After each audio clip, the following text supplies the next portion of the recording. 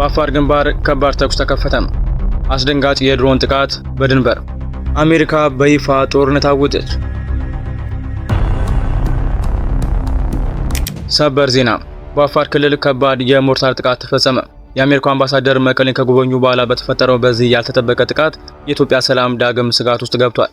የትግራይ ታጣቂዎች በአፋር ጸጥታ ኃይሎች ላይ የከፈቱት ጥቃት የሚያሳየው ነገር ቢኖር የፕሪቶሪያው ስምምነት አደጋ ላይ መውደቁን ነው። በሰላም ስም የገባው ውይይት በጦርነት እንዴት ተተካ? ዝርዝሩን በቀዳሚነት ይዘን ቀርበናል። በሌላ በኩል ድንበሩ በጦርነት እሳት እየነደደ ነው። በኢትዮጵያ ግዛት ውስጥ በሚገኘው የኩምሩክ ማዕድን ማውጫ ላይ የከባድ መሳሪያና የድሮን ጥቃት ተፈጸመ። በሱዳን ጦርና በህወሓት ታጣቂዎች ትብብር ተፈጸመ የተባለው ይህ ጥቃት የኢትዮጵያን ሉዓላዊነትና የኢንቨስትመንት ደህንነት በፈተና ውስጥ አስገብቷል። ሰራተኞች በከፍተኛ የደህንነት ስጋት ውስጥ ናቸው። ሙሉ መረጃውን በዝርዝር እንቃኛለን። ከውጪ ዜና። የመካከለኛው ምስራቅ ሰማይ በጦርነት እሳት እየነደደ ነው። የሰላም ስምምነቱ በይፋ ተሰርዟል። ዋሽንግተንና ቴሄራን እንደገና ወደ ሙሉ ጦርነት ውስጥ ገብተዋል። ፕሬዚዳንት ትራምፕ ኢራን ባህሪዋን እንድታስተካክል የሰጡትን የመጨረሻ ማስጠንቀቂያ ተከትሎ የአሜሪካ ጦር በኢራን ወታደራዊ ኢላማዎች ላይ ሰፊ የአየር ድብደባ ከፍቷል። ዝርዝሩን ይዘራል። አብራችሁን ቆዩ። ሰላም ውድ ቤተሰቦች እንደምን አላችሁ? ይህ ዜና ላፍታ ነው። ቪዲዮውን ላይክ በማድረግ ጀምሩ እያልን ወደ ዝርዝር ዜናዎቹ አለፍን።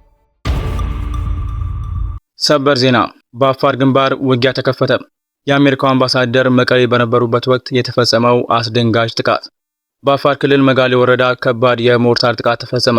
ይህ ጥቃት የተፈጸመው በኢትዮጵያ የአሜሪካው አምባሳደር ኤርቪን ማሲንጋ መቀሌን በጎበኙበትና ከህወሓት ከፍተኛ አመራሮች ጋር በፕሪቶሪያው ስምምነት ዙሪያ መክረው በተመለሱ ማግስት መሆኑ ውጥረቱን የከፋ አድርጎታል። በትግራይ ክልል እየታየ ያለው የግዳጅ ወታደራዊ አፈሳና የጦር ዝግጅት ስጋት በደቀነበት በዚህ ወቅት ጥቃቱ ከክልሉ ድንበር ውጪ መፈጸሙ የሰላም ተስፋውን አጨልሞታል። የአካባቢው ምንጮች እንዳረጋገጡት በአፋር ክልል ዞን 2 መጋሌ ወረዳ በሚገኙ አካባቢዎች የትግራይ ታጣቂዎች የከፈቱት ይህ የሞርታር ጥቃት በአካባቢው ማህበረሰብ ዘንድ ከፍተኛ ድንጋጤን ፈጥሯል። ታማኝ የቀጠናው ምንጮች እንደዘገቡ ጥቃቱ በተለይ የአፋር የጸጥታ ኃይሎች በሰፈሩባቸው ቦታዎች ላይ ያነጣጠረ ነበር። ምንም እንኳን የጉዳቱ መጠን በውል ባይታወቅም ጥቃቱ በአካባቢው የጸጥታ ኃይሎች የጦር መሳሪያ ክምችት ላይ ጉዳት እንዳደረሰ እየተሰማ ይገኛል። አስገራሚው ክስተት አምባሳደር ኤርቪን ማሲንጋ በትናንትናው ዕለት መቀሌ ተገኝተው ከህወሓቱ ምክትል ሊቀመንበር አማኑኤል አሰፋና አምባሳደር አዲስ ዓለም ባሌማ ጋር ሰፊ ውይይት ካደረጉ በኋላ ነው። አምባሳደሩ በዚህ ጉብኝታቸው ቡድኑ ወደ ፕሪቶሪያ የሰላም ስምምነት እንዲመለስና የሰላም ሂደቱ እንዲያከበር አጥብቀው ማሳሰባቸው ይታወሳል። የህወሓቱ አማኑኤል አሰፋ በበኩላቸው ለሰላማዊ ውይይት ዝግጁ ነን የሚል ምላሽ ሰጥተው የነበረ ቢሆንም ከውይይቱ ሰዓታት ባልበለጠ ጊዜ ውስጥ በአፋር ግንባር የተጀመረው ትንኮሳ በቃላቸውና በተግባራቸው መካከል ያለውን ሰፊ ክፍተት አመላክቷል።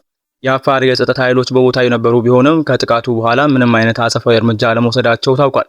በቅርብ ወራት ውስጥ በተደጋጋሚ በተመዘገቡ ተመሳሳይ ጥቃቶች ንጹሃን ዜጎች ህይወታቸውን ማጣታቸውና በሺዎች የሚቆጠሩ መፈናቀላቸው ይታወሳል። አሁን ላይ በፌዴራል መንግስቱና በህወሓት መካከል ያለው የፖለቲካ ውጥረት በአደገኛ ሁኔታ እየናረ ባለበት ወቅት በአፋር ግንባር የተከፈተው ይህ ጥቃት ቀጠናውን ወደ ሰፊ ግጭት ይወስደው ይሆን የሚለው ጥያቄ በብዙዎች ዘንድ ከፍተኛ ስጋት ደቅኗል። በአሁኑ ወቅት የትግራይ ታጣቂዎች በትግራይ ክልል ውስጥ እያካሄዱ ያለው የግዳጅ ምልመላና የጦር ዝግጅት የፕሪቶሪያውን ስምምነት ሙሉ ለሙሉ መፍረሱን የሚያሳዩ ምልክቶች ናቸው ሲሉ ተንታኞች እየገለጹ ነው። በሌላ በኩል የፌዴራል መንግስቱ በአካባቢው እየተፈጠረ ያለው የጸጥታ ችግር አስመልክቶ የሚወስደው እርምጃ በጉጉት የሚጠበቁ ነው። የሰላም ጥሪው በቃላት ላይ ተወስኖ የመሬት ላይ ሁኔታው ወደ ጦርነት እያመራ መሆኑ ለኢትዮጵያ ቀጣይ ምዕራፍ ፈታኝ ፈተና ሆኗል። እርሶም በዚህ መረጃ ላይ ያሉትን ማንኛውም ሀሳብና አስተያየት በኮመንት ሴክሽን ላይ እንዲያጋሩን እየጋበዝን አሁን በቀጥታ ወደ ቀጣዩ ዜና እንለፍ። አስደንጋጭ መረጃ። በኩምሩክ ድንበር ከባድ የድሮን ጥቃት ተፈጸመ። ንጹሃን ላይ የደረሰው እልቂትና የድንበሩ ውጥረት።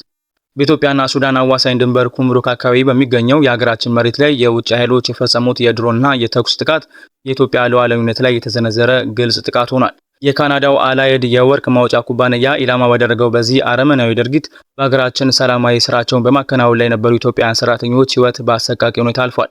አጥቂዎቹ በኢትዮጵያ አፈር ላይ የራሳቸውን ህግ በመጫን ንጹሃን ሰራተኞች እንደ ጠላት በመቁጠር የፈጸሙት ይህ ድርጊት የድንበር አካባቢዎችን ደህንነት ምን ያህል አሳሳቢ ደረጃ ላይ እንደደረሰ የሚያሳይ የማንቂያ ደውል ነው።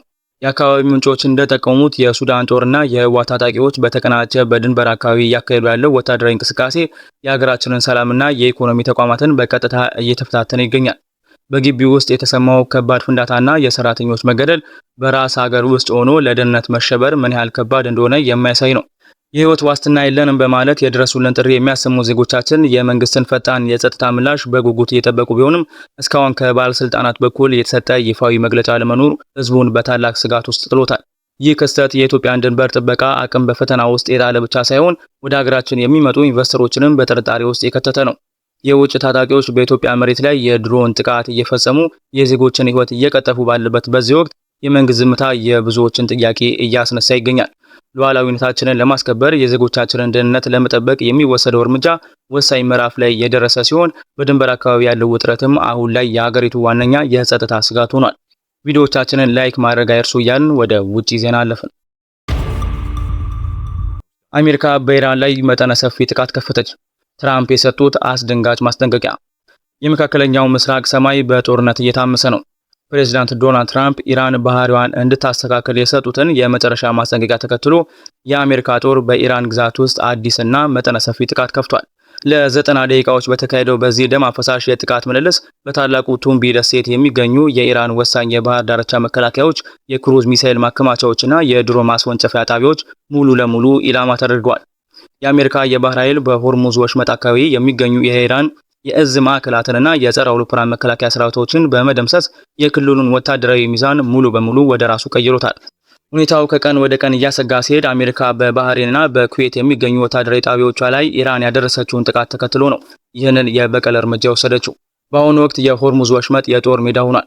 የኢራን የባንደር አባስ ከተማ በአሜሪካ የጦር አውሮፕላኖችና ሚሳኤሎች ክልል ውስጥ ወድቃለች።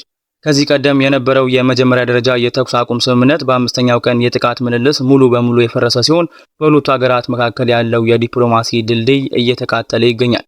ፕሬዚዳንት ትራምፕ ኢራን በሳምንቱ መጨረሻ ወደ ንግግር ካልተመለሰች የኢራን የኃይል ማመንጫዎችና ወሳኝ መሰረተ ልማቶች እንደሚወድሙ በግልጽ አስታውቀዋል።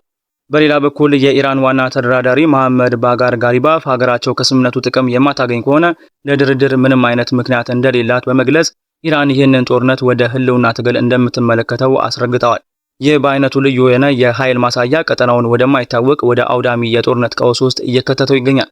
አሜሪካ በኢራን ወደቦች ላይ የጣለችውን እገዳ ተላልፏል በሚል አንድ መርከብ ላይ ተኩስ መከፈቱም በቀጠናው ያለውን ውጥረት ከቁጥጥር ውጭ ለመውጣቱ ማሳያ ሆኗል። ይህ የኃይልና የፍላጎት ግጭት በዓለም አቀፍ የነዳጅ አቅርቦት ላይ አስከፊ ቀውስን የመፍጠር አቅም አለው።